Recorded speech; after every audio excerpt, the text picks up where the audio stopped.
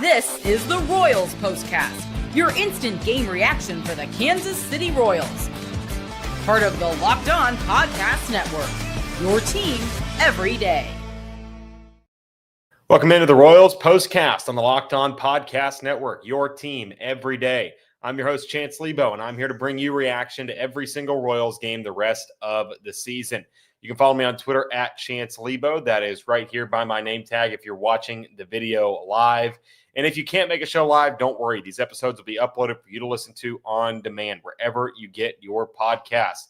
Thank you for making the Locked On Royals podcast or Royals POSTCAST your first listen of the day. Before we get started, remember to subscribe to the channel and turn on our notifications so that you get an alert whenever we go live. Thanks so much for joining the show, and feel free to join the live chat. Let me know your thoughts on the game. The Royals pick up a huge win tonight, game one of a crucial series with the Rangers, a series in which I have targeted as a series that the Royals need to at least split. And if they win this series, I don't know. I've been adamant that this is not a playoff team, that they are competitors, not contenders yet. But the way they're playing right now in this current homestand, it gives me a lot of confidence going into a massive series against the Detroit Tigers coming up in the weekend. This is a big step in the right direction for the Royals.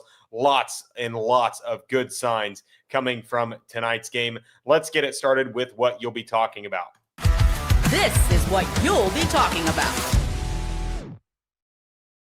The power resurgence of this team has been something to marvel at, because this is a team that was one of the worst power hitting teams in all of Major League Baseball just 2 months ago, a month and a half ago. But now you look at where the Royals are at, and I'm going to pull up their team batting stats since July, because it has been a night and day difference for them since the beginning of July. It has been an entirely different team than what we saw. Remember, this team went in an atrocious 8-18 in June. And it was a large part of that was because they were not hitting very many home runs. Folks, this team coming into tonight was seventh in baseball in home runs. And I'm sorry, I'm just doing my research now. Seventh in home runs since July 1st. Seventh with 55 homers. That is a massive a breakneck difference between what we saw from this team in the early months of the season to what we've seen since, like I said, since the weather's heated up, since it's been some hotter days and the ball is starting to carry a little bit more. The Royals offense has had to dip into their power, and not only their power, I'm also seeing a lot better plate discipline, We've seen a lot more longer ABs. It's not really showing up in the stats. I mean, it's not something that they're like top 10 in the league in, but right now coming into tonight, they're tied for 18th in walk rate since July 1st. And I like making those dates where the Royals were on that road trip in Seattle. They were playing better baseball. It's been an entirely different team. They have been really patient. And honestly, let's look at since August 1st, because if you want to look at since August 1st, that's probably a better date, because that's when they had a lot of their professional hitters come in. 12th in baseball in walk rate since the month of August started, since the trade deadline, when they bring in guys like Adam Frazier and they bring in guys like Mike Yastrzemski. So you're seeing a lot more of a professional approach to the plate. The power is starting to come because the weather is starting to heat up. The ball is starting to carry a little bit more. And we saw it tonight, 3 home runs. Yastrzemski leads off the game with the home run. Vinnie Pasquantino, another line shot homer into the right field corner, and then Maikel Garcia with a solo home run to add some flavor there in the I believe it was the 5th inning. But the offense continues to just scorch because they are getting. We talked about it. I don't know if it has to do so much with the Jack Caglione injury, but the lineup has been lengthened in a big way. Adam Frazier, we have said so many good things about Adam Frazier that it's starting to get ridiculous. But I don't want to continue to talk about him. I want to talk about the guys at the bottom of the lineup that are continuing to do their job. John Rave, tip of the cap to you, man. It has been a really rough season, a rough July, a rough June for John Rave. Was not good. I ripped him to shreds just over a week ago for his putrid play in the Minnesota series. He's hit really well, and he went tonight. I believe he went 1 for 4, 0 for 4 tonight, so obviously not a great talk. But he had some decent ABs. Luke Maile put together some quality at-bats tonight. You saw Jonathan India really extend the lineup. Kyle Isbell has gotten much better ABs here recently.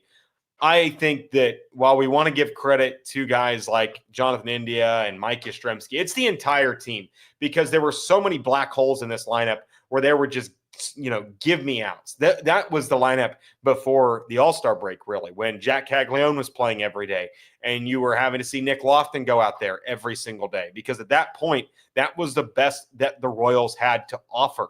That was the best the Royals had to offer was those guys. And they were black holes. They were dead weight in the lineup, pulling everybody back down.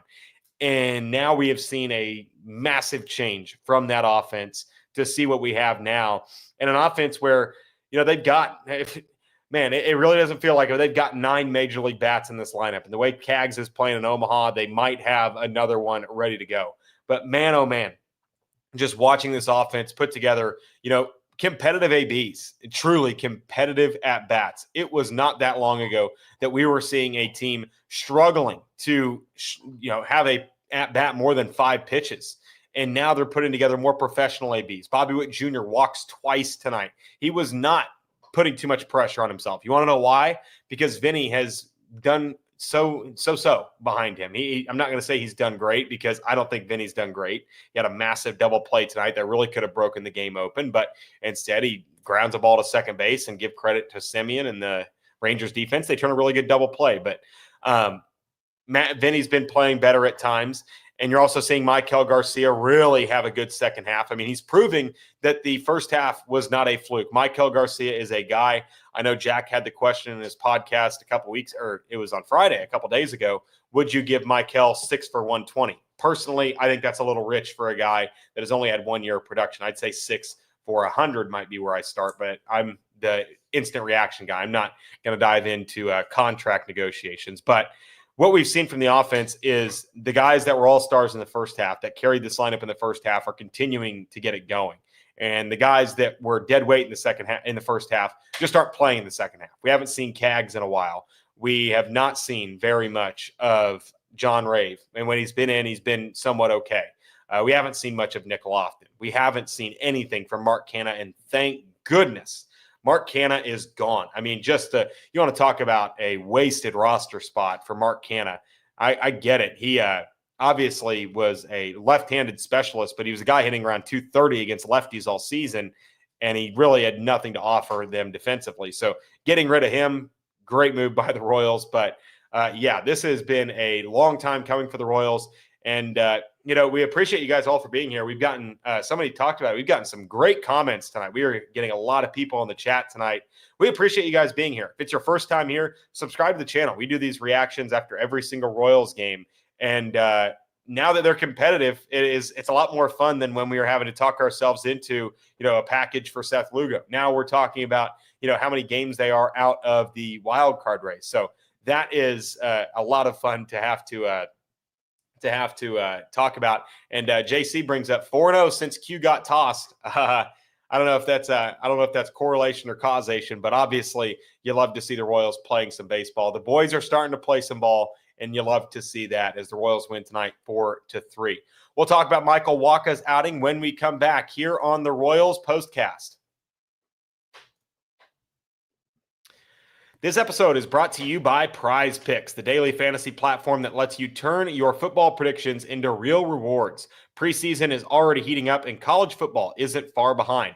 Whether you've got your eye on big-name quarterbacks or breakout running backs, PrizePicks makes it easy to get in the game. PrizePicks is simple to play. Just pick more or less on 2 to 6 player stat projections. If you get your picks right, you could cash in and win up to 2,000 times your money. PrizePicks puts their members first, so all withdrawals are fast, safe, and secure.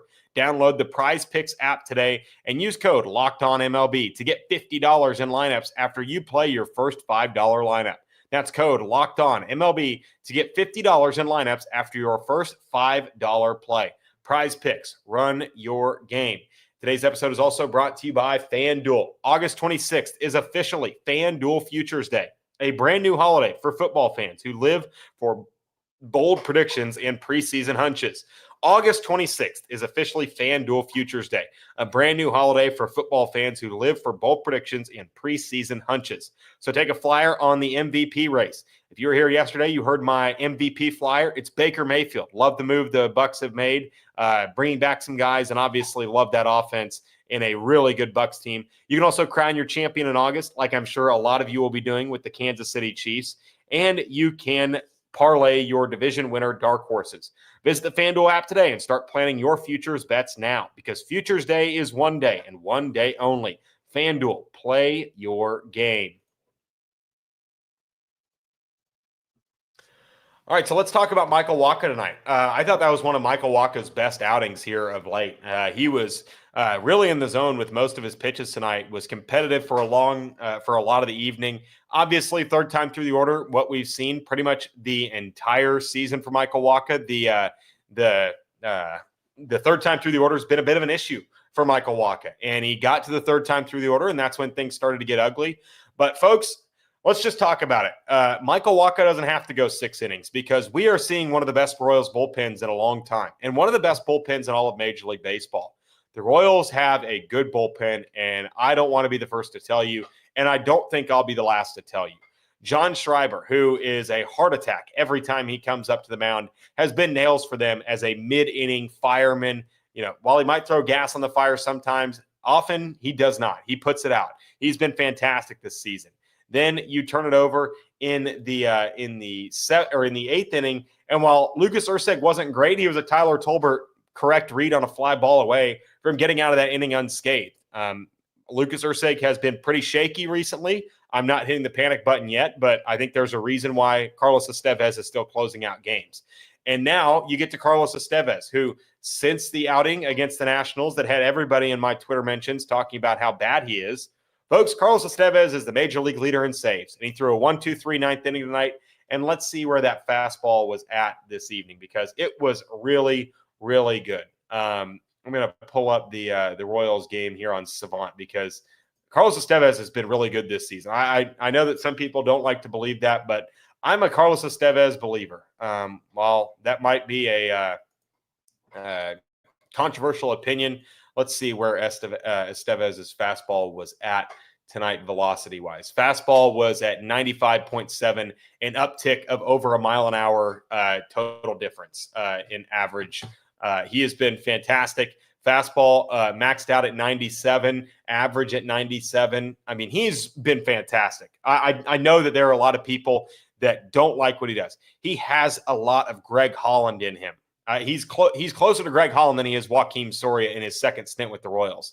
He is a guy that in a one-run game, he'll come in and close it out. No questions asked. 1, 2, 3. It won't even be close. 2-run game, he might give up a base runner or two. 3-run game, he might play with his food a little bit. But a 1-run game, Carlos Estevez is about as solid as it gets. I really like what we've seen from him. A lot of people wanted Lucas Erceg in the save spot, in the closer spot. I think they've got it perfect, especially with how, I mean, we didn't even see Taylor Clark tonight, who has been spectacular this season. We didn't see Angel Serpa, who in my opinion has been the most underrated reliever in the Royals bullpen, and a guy that is going to be a long-term fixture in the Royals bullpen. And you also have a guy in Steven Cruz that's on the injured list that when he is at his best is really, really good, an elite setup man. And so you have a bullpen that is, in my opinion, one of the top 8 in all of Major League Baseball. And folks, it is cheap too. Carlos Estevez is the only guy making over $2.5 million. So you see what you get. You know what you're getting with Carlos Estevez, and this bullpen that is relatively cheap has been nails this season. So I have been a big fan of them all season long. I understand there are some skeptics when it comes to this bullpen and the management of it. Matt Quatraro has played his cards very well this season, and tonight was no different, as they had to manage Maikel Waka, who, I mean, like I said, I thought he was about as good as he's been in a while. Had a lot of pitches in the zone, 57% in the zone rate tonight, and he got 8 whiffs, which is not a bad number to be at.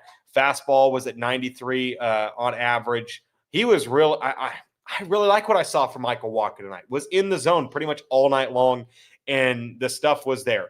The numbers are not going to be eye-popping with Maikel Waka. He is never going to win a Cy Young with the Kansas City Royals. But he was nails tonight, 5 2/3 of really good baseball, managing base runners. And another tip of the cap goes to John Rave, who makes an elite play out in right field, gunning down a runner at the plate. I mean, Jock Peterson is slow as all get out. I mean, a big, chunky guy that is able to make his way to the plate. I'm not sure if I would have run on Rave in that situation. Obviously, needed the review to do it. But very, very big play by John Rave to get them out of a jam to end the inning. I mean, I get it, it saved a run, but also it gets them out of an inning with a really good lineup in that spot. So tip your cap to all parties involved tonight. Could we have gotten more out of the offense? Yeah, but Jack Leiter is in my opinion, really solid pitcher. I don't think he's an elite guy. They got 8 hits, 5 walks. That'll do on a walk-a night. And I really like what I saw from the Royals tonight in a 4-3 win. Tomorrow should be another fantastic game. I really appreciate you guys for being here. We've had great turnout here in our weeknight shows. Obviously, weekends, the views kind of tick up a little bit after the fact. Obviously, those ones do a little bit better, especially the day games, because then people get to listen to them when they're taking their dog on a walk, or they get to listen to them when they are at work. So I appreciate you guys for being here live. We've had some great turnouts live. If you're new here, we do this every single night where we come in after the Royals game, pretty much 5 minutes at max after every Royals game. We're pretty consistent about being right after the fact, giving you live reaction to what just happened, giving you a really fun chat to be in as well, because we've got a lot of people in here that are active in the chat. We've got some regular occurrences from people. We've got some regulars, so we appreciate them. And if you want to be a part of a community, there's no better place than to do it right here. So be sure to subscribe to the channel, like the video if this is something that you're interested in. And if you want to come back tomorrow, we encourage you to do so. All you have to do is turn on the notifications, and we'll see you tomorrow night for another edition of the Royals Postcast.